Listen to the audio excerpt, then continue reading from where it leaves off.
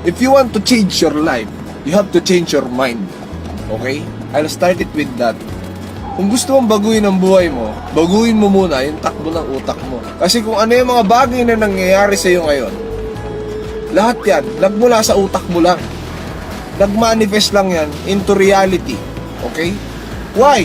Because your thoughts, okay, becomes your words. And your words becomes your action. And your action becomes your reality. Kung ano yung mga bagay na inisip mo, magmamanifest yan into real life. Some way, somehow. No? Kasi, yun yung laging tumatakbo sa isip mo. Hindi ka ba nagtataka? Lagi mo sinasabi. Pag hiningian ka, sinasabi mo, wala kang pera. Kaya ang nangyayari, lagi ka talagang walang pera.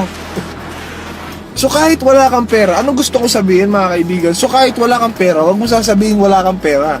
Kasi, ganun nag-work yung law of attraction. Yung iba sa inyo, baka nawiwirdoan sa mga sinasabi ko, no? Pero, make a research about it on the internet. It's available dyan, online, no? I'm pretty sure maraming kwento dyan, storya, online, on how they use the law of attraction.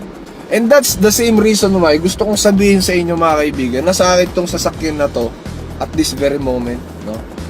Niraramdam ko lahat yung aircon, yung feeling. Kasi mga kaibigan, in order to manifest yung mga bagay, no, into reality, kailangan mo silang hindi basta isipin.